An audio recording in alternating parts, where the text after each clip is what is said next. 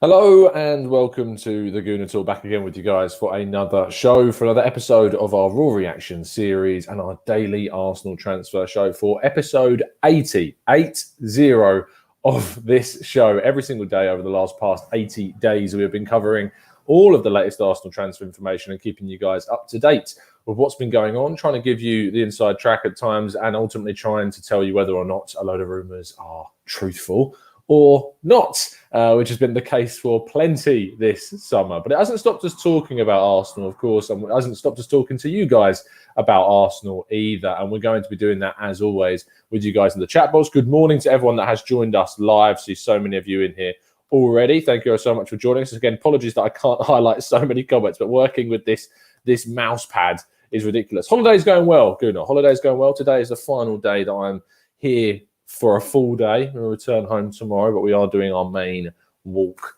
today, which I am not looking forward to at all. Yeah, we will push forward with it, and fingers crossed you'll see me tomorrow morning on an 8 a.m. show and not halfway down a mountainside. Anyway, moving on to our first main story of the day, and it revolves around Arsenal's young Swedish striker Nikolai Moller, the player that joined us from Malmo in the summer of 2020 in the final kind of round of 16 to 18-year-olds that were allowed to join us during those age periods during the time of Brexit, before Brexit had really taken effect at the start of this year. He is now set to go on loan. Chris Wheatley reported an exclusive that he is set to join Victoria Köln. Now, this is not the same Köln that you may know as Cologne, that have been in the Bundesliga for several years. Victoria Köln are a team that play in the third tier of German football. Now, your immediate reaction would be like, why are we sending him to such a low tier of football? Well, first things first, he's already a physical player. You look at his height, you look at that kind of side of his game, and he's already got that aspect to it. So going to say the lower leagues in England to add to his physicality, which is often what some players do, is you send them to the lower leagues in England. It helps them build up their competitiveness, help them build up their physicality against some of the English kind of opponents. Moller's already got that. If you send him abroad to one of the German leagues, French leagues, Spanish lower leagues, you're actually going to be developing their technical ability more. And I think that's the reason why Arsenal decided to send him abroad rather than send him to somewhere within England. The reason why they've sent him to the third tier of German football, and instead of that to say a higher tier, is mainly because of starting opportunities. You want to make sure and ensure that this player is going to be starting games. And for instance, Nikolai Moller is someone that needs to be playing week in, week out to really get that development pushed through. And that's why we're sending him to a certain level in Germany, rather than, say, sending him to a championship club or a League One club in England, somewhere like that. So that's the reason as to why we're sending Nikolai Moller to the third tier of German football on loan for the next season. We wish him the absolute best of luck. Moving on to Willian, a player that I know a lot of you have wanted to see the back of for quite a while.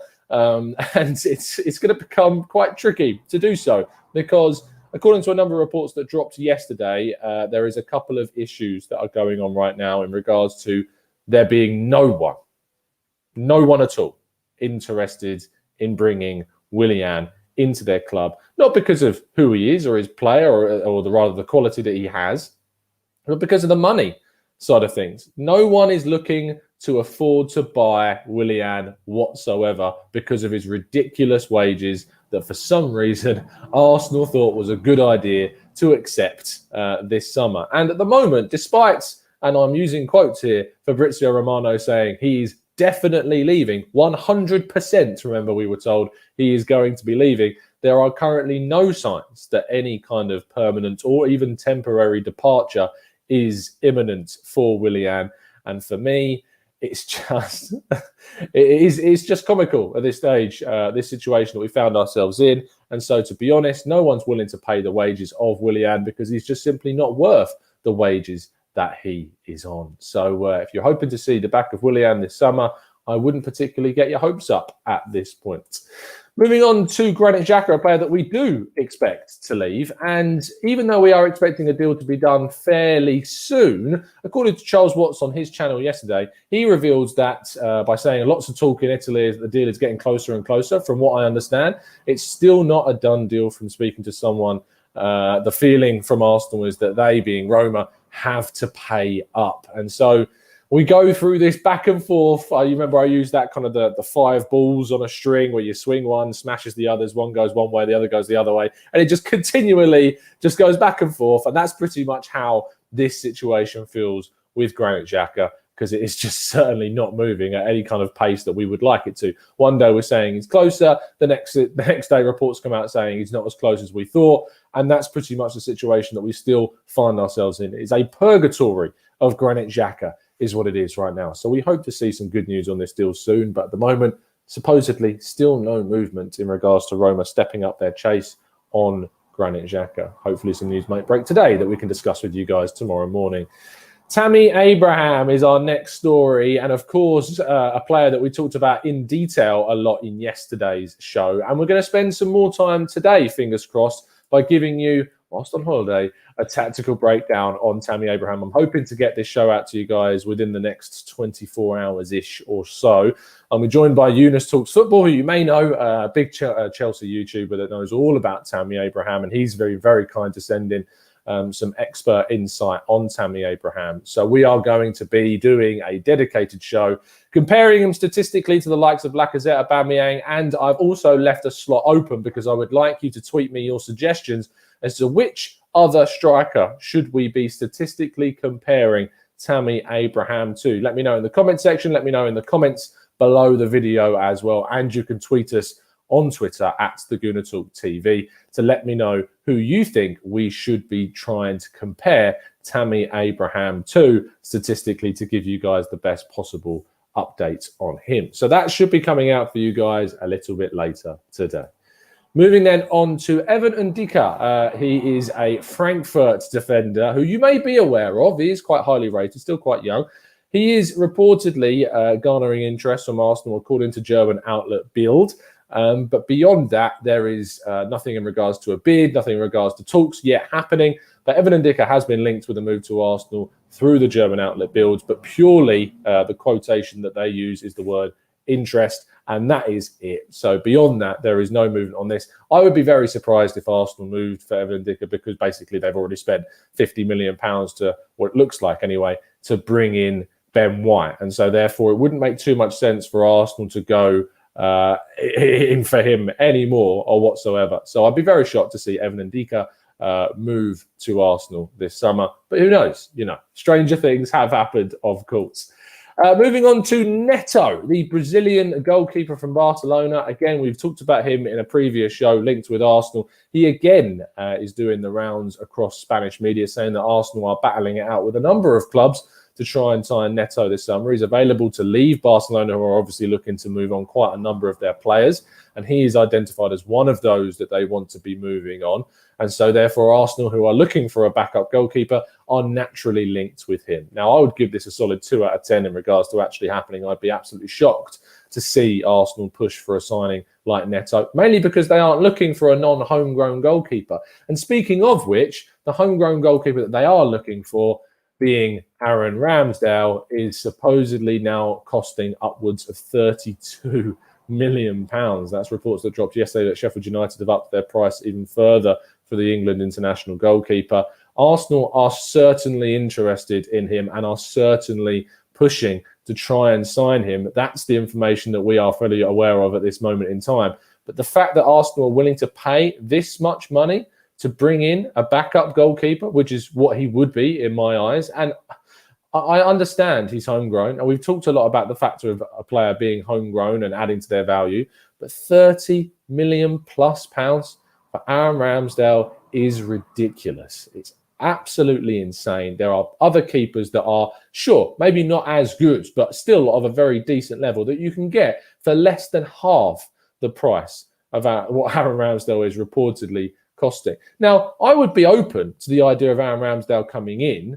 I think that he's a quality player. I think he's actually got a lot of potential, and he's shown during his time at Sheffield United and at Bournemouth that he can be a very good goalkeeper and is a very good goalkeeper. But he is nowhere near worth spending that amount of money on a player that is essentially going to be back up to Bernd Leno. Sure, we want to bring him to compete with him. We want a number 2 that's going to be able to push Leno for that starting spot. But there is no way that in Arsenal's situation where they need to be investing in so many other areas like right back, central midfield, attacking midfield, possibly even a forward, depending on what happens in other areas of the pitch this summer regarding outgoings, to spend that much money of our budget on this type of signing is just crazy. So I would be very, very shocked if this deal happens. But I wouldn't necessarily. It's weird, isn't it? You'd be shocked because I'd be in shock to see Arsenal do it, but it still wouldn't necessarily surprise me, knowing what Arsenal have done over the last, say, 10 years with their recruitment and how they've spent their money. So I hope it doesn't happen for that kind of level. If you're looking at half that figure, I'd be definitely open to it, but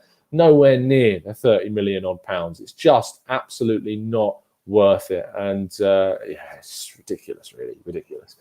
We move on to our final story of the day, and I want to address this because a few people have been tweeting me and sending me messages about like these reports and these rumours that Arsenal have kind of sorted a deal for Aouar. I'm here to tell you that I'm sorry that could not be further from the truth, I'm afraid. Arsenal haven't agreed a deal with Aouar. They haven't really kind of progressed with this situation so far. So the best of the information that's out there that's credible, they've in fact dropped their interest in the player. But there isn't any interest in Aouar right now, and they're moving on and looking at other players at the current state of play. This is one of those players that is a very, very easy link to kind of imagine and to bring up, and it's pretty risk-free because, as we know from last summer, Arsenal obviously went in for Aouar quite heavily. They ended up going for Thomas Partey instead, and they didn't get him. And whilst it was quite credible to say that Arsenal were in for Aouar, it didn't look too bad when Arsenal didn't end up getting him because obviously they just failed to reach their mark. This time around, and this summer specifically, whilst he's available for a lesser fee, it's very easy to kind of, make fictitious reports about Aouar in the regards and the search of trying to get attention. But actually there is no, there's nothing in regards to Aouar moving to Arsenal right now. That could change. Obviously it could change tomorrow. It could change next week. It could change in a couple of months' time. It could change right at the end of the window. But as of this very moment in time, any reports suggesting that Aouar is close to Arsenal, it's just not. It's just not there. There just isn't anything in regards to Aouar. So I'm afraid if you were hoping to see him come into the club this summer, I've probably, I've put out your bonfire, let's say, on that one because it's not close. But, as things happen in football, things change very quickly, and maybe Arsenal end up signing him further down the window. But as of right at this moment, there is nothing on the French midfielder. And that concludes all of our news for today. So we move on to the second and final part of the show. If you do have a question for the chat box and you would like to throw it in, we will try and go through as many as we can in the next 5 to 10 minutes or so. So let's get answering as many as we can. Mohit says, Tom, what is the thinking process for our recruiting team? Wouldn't have minded the 30 million, but what about the fact that he was relegated with his 2 previous teams? Now, this always kind of comes up when you're talking about players that get relegated and whether you should sign players that are either battling relegation or have been relegated. Look, at the end of the day, football is a team game, and individuals can really stand out amongst the crowd of teams that have been relegated. At the end of the day, he was with Bournemouth and with Sheffield United. So those 2 teams in particular were always going to struggle to remain in the Premier League at all times. So I really wouldn't read too much into the idea of those 2 clubs going down. Good goalkeepers have played in clubs that have been relegated before and moved on to bigger and better things. Players like Gini Wijnaldum at Newcastle was fighting that club away from relegation at times, moves to Liverpool and is an absolutely world-class player for them this season and the previous season when they won the title as well, and has obviously now moved off to play for PSG. So you've got Mateus Pereira at West Brom. You can't judge these players in a team that has gone down. Sam Johnston at West Brom is, I also think, a very good goalkeeper at West Brom, and one that should certainly garner a fair bit of interest this summer as well. So I really wouldn't pay too much attention to the fact that he's been relegated a couple of times. What I would pay attention to is the 30 million. So ironically, the thing that you're not too fussed about, that's the thing that I would be genuinely concerned about Arsenal going for this summer, is spending £30 million on Aaron Ramsdale. Vishal says, is Ramsdale good with his feet? Neto, Onana and Johnston are all better than him in that department. Seeing that looking to take that direction, is this the right call? He's certainly not bad with his feet, that's for sure. And he's got the potential to be a lot better and to grow and develop with his feet. I think one of the biggest reasons why Arsenal are in for players like Ramsdale is because they're better with their feet than Bernd Leno, who really struggles with his distribution at times. He isn't that comfortable. He doesn't give the defence that confidence that he's going to be good when on the ball, because we've had situations like Watford and Burnley away, etc. So for me, I think he's fine in that department. Yes, there are better keepers out there that are better with their feet, but it's not an area that I think would cause too much concern for me whatsoever. Christian says, why are we so bad at selling players? Liverpool, Chelsea, Leicester, etc. seem to get high fees for nobodies. Now, the difference is, Christian, is that I'm assuming, and you can tell me if I'm wrong, but your focus around the world of football is very much on Arsenal. And so you live and breathe the club and you find out everything about the club. And I'm willing to bet a fair chunk of money that you know a lot more about Arsenal's youngsters than necessarily Liverpool's or Leicester's or Chelsea's. And that's not a criticism. That's just how life is. It's how life is for me. My knowledge of Arsenal is far, far outstrips my knowledge of other clubs, because I invest so much time into watching and analysing and learning about Arsenal. The thing is that these aren't nobodies. Like you look at Gay, for instance, who joined Crystal Palace from Chelsea, had a brilliant season with Swansea playing centre-back, England youth international, a really, really fantastic player.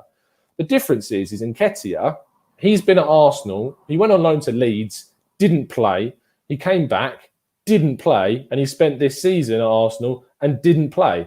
And because of all of those factors, his price naturally goes down. You also have to factor in the feeling about him having 1 year left on his deal.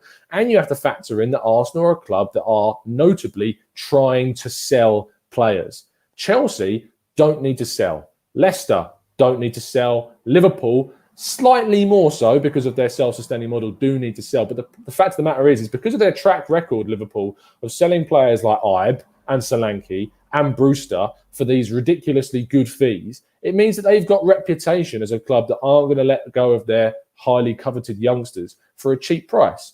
But when Arsenal are letting go of kids left, right and centre, and I go right down to the likes of Mark McGuinness, who's left for Cardiff, it is Cardiff, isn't it, for like absolutely nothing, only a sell-on clause. And when you're letting go of Mavropanos on loan with an option of around £3 million to Stuttgart, when you see these types of moves happening, who could blame other clubs for coming in with absolutely nothing offers that we are never going to accept?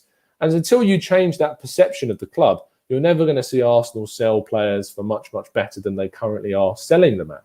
And that's the job that Edu's got right now, and it's insanely difficult, is that he's got to try and change the perception of Arsenal in the selling market to clubs. Now, I don't think that's possible this summer because there is just far too much deadwood. There's far too many Genduzis, Kolasinac's, there's too many Torreiras, there's too many players, Ainsley Maitland-Niles and Nketiah, Nelson, there's too many players that aren't getting into the first team and that Arsenal are open to selling, and that they're just simply not going to be able to get a decent figure for these players.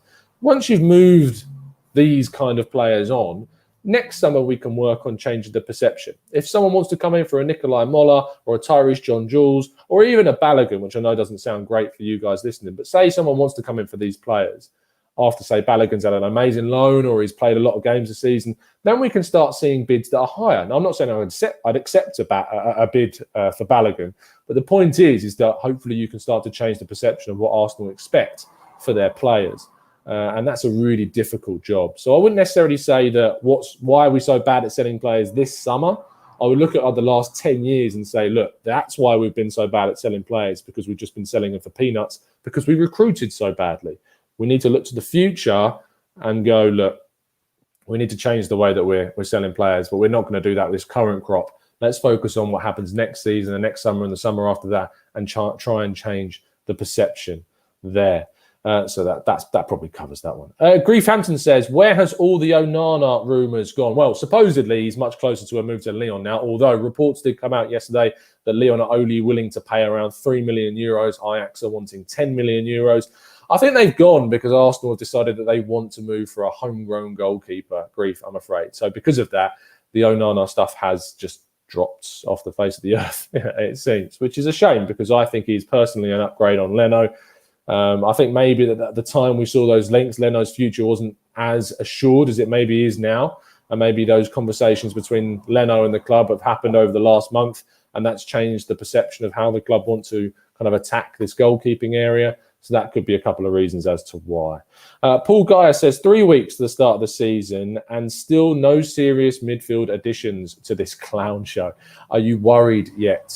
Again, still no, mainly because Granit Xhaka's deal is kind of stalling on this one. We're waiting for Granit Xhaka to move on until we bring in a midfielder. I mean, at the end of the day, we're going to start the season with at least Thomas Partey, which isn't, I'd rather it was Thomas Partey and another. We've got Lokonga brought into, and there is a lot of expectation that he could get a few more minutes than maybe a lot of us were expecting next season. But we do need to do more business. Things can change very quickly in the 3 weeks. So we will wait and see as to how things do indeed change over the next few weeks or so. Assassin General says, the experience is starting to go and the Arsenal fans are starting to get bantered, not with the likes of Ramsdale and Tammy Abraham, when there are other areas to concentrate on. I think a lot of people maybe pay too much attention to what other fans of other clubs are thinking about the club right now. I, for instance, saw a tweet from Turkish yesterday. Now, Turkish has been on the channel. I respect a lot of his views, but I didn't agree with his tweet about the kind of signing a fourth choice England centre-back and joining up and buying a player that doesn't even get into the Belgium squad. I thought it lacked context. I thought it was a little naive of Turkish to tweet out in that sense. It was quite, what's the right words? It was trying to garner a lot of attention, obviously, and for people to react to it. I understand that. But I just thought that kind of promotion of that kind of rhetoric is never going to improve the mood around the fans. It's never going to add to the what I feel is a bit more level-headedness needed and a little bit more context needed. Lokonga's a fantastic signing. So to downplay that by saying that we signed a player that couldn't even get into the Belgian national team, I think it's just that kind of rubs me up the wrong way, I think. And it downplays a good bit of business that Arsenal have actually done. And there's a lot of time still left in the window. So I, for me, feel that things need to be said with context, and I think it was lacking in that moment. T. Irving says, hi, Tom. What do you think about United's links to Ruben Neves? It's completely unsurprising. I rate Ruben Neves. I've said on the show I'd be happy for Arsenal to go out and sign Ruben Neves. And I think that Man United being linked to him isn't surprising whatsoever because he's a quality midfielder and they're looking for a replacement for Paul Pogba because he looks like he could go. They also want upgrades on the likes of Fred, which Ruben Neves is. So it doesn't surprise me. Does it worry me? Yeah, because I'd like to see him at Arsenal. I hope that Arsenal push for Ruben Neves. But it does look like anyway that Man United have moved ahead of Arsenal anyway in the race to sign him. Mr. Harrison Carnaby, if it says, hey, Tom, considering Arteta said Willian can play centrally and we can seem to get rid of him, or rather can't, any chance that he can play centrally, defensively and midfieldly? No, I see the satire in your question, Harrison. I think the thing with Willian is that we may just have to wait to the latter stage of the window for a bid to come in or for an offer to come in where he's just going to go for nothing. Arsenal aren't looking to get a transfer fee for him. They're just looking to offload him at this stage, which goes to show how much of a mistake that ultimately was. Kelvin says, hey, Tom, do you believe Arsenal can... I don't know what JM is. What's JM? James Maddison. Is that who? Oh, yes, it is. See, cogs are turning, working out these abbreviations. Do I think we can sign him? I think that for me, the issue is with James Maddison is he's going to cost a hell of a lot of money. Leicester aren't going to let him go for anything less than, say, £70 million unless you offer, say, players in part exchange. And I'm not sure I buy into the news that he's pushing for a move, which I've seen rumours of on socials from some questionable sources. It's just one that I'm not sure if we can do. It would be an absolute marquee signing, a real shock, a real coup. You know, people can which one of those words for Arsenal to get it done. But yeah, I really would be surprised if Arsenal did it. But yeah, of course, Arsenal could do it, as with any signing. I didn't think we were going to get Thomas Partey, but we did. So, you know, we'll see. Nimish says, I want Coop Miners, Locatelli and Maddison, but I'm pretty sure this won't happen. I'm pretty sure that you are right, Nimish. Arun says, Tom, Ramsdale has won Player of the Year for his previous 3 years in his last 3 seasons for Wimbledon, Bournemouth and Sheffield United. I don't think that he's bad. Definitely overpriced. And that's pretty much where I'm at, Arun. I don't think he's a bad goalkeeper. I think he's a good goalkeeper.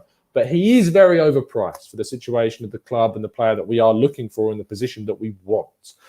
Tulip says, do you feel this all or nothing will increase more pressure on the team and fans?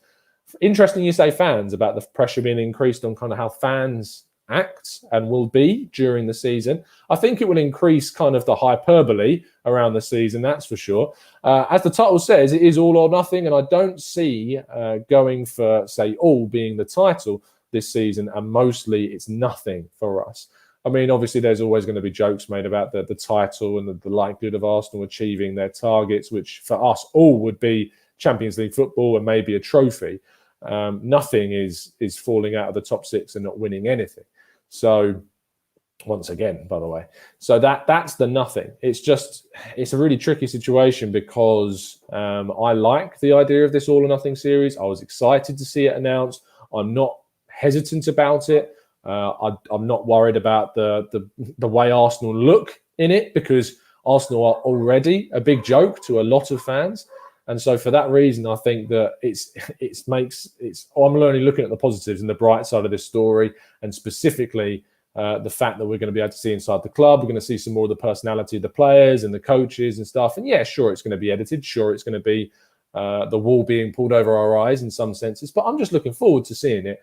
But I don't think it necessarily increases the pressure, because the pressure is already a breaking point for Arsenal at this stage. And that's the issue right now. Zach says, Marlon counts as homegrown and is going for 30 million. Would he be better than Tammy Abraham? Slightly different player, more versatile, could play centrally, could play in a wide area. I think Marlon will end up at Borussia Dortmund from the sounds of things, Zach. So I don't think that we're going to see Marlon back at Arsenal. But yes, he would count. Would he count as homegrown? Did he spend 3 years at Arsenal when he was in the academy? Let me just do a quick check so we know that that's right. He joined Arsenal in 2015 and left in 2017.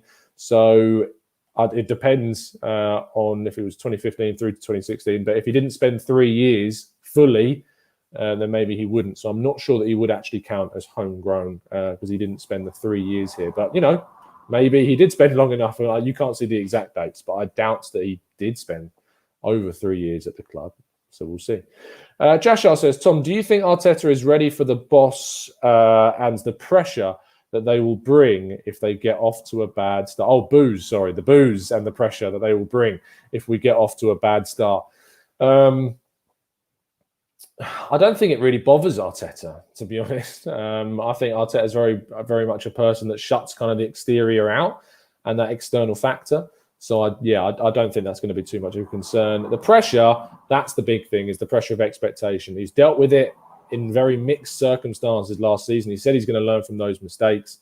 So I'm genuinely not sure if that is the right player, is the right way that our manager is going to deal with the situation, whether it's going to be good or bad. We're just going to have to wait and see. It's impossible to tell at this stage. We are going to finish things off there. Thank you so much, guys, for tuning in. Please drop a like on today's video and subscribe to the channel if you're new around here with those notifications turned on so you never miss a show. I'll be back again with you guys a little bit later on today, hopefully to give you guys a tactical breakdown on Tammy Abraham. And, of course, then join you again tomorrow morning at 8 a.m. for the next 81st episode of the Arsenal Transfer Show. Please do drop a subscription on the channel. If you have found us for the first time, you will see that we've got one of the best audiences on the planet, absolutely, of you guys that tune in every single day and make this a great place to produce Arsenal content. So we will see you tomorrow, and we'll see you a little bit later for the Tammy Abraham content too. It's been a pleasure to speak to you guys as always, and as always, up the Arsenal.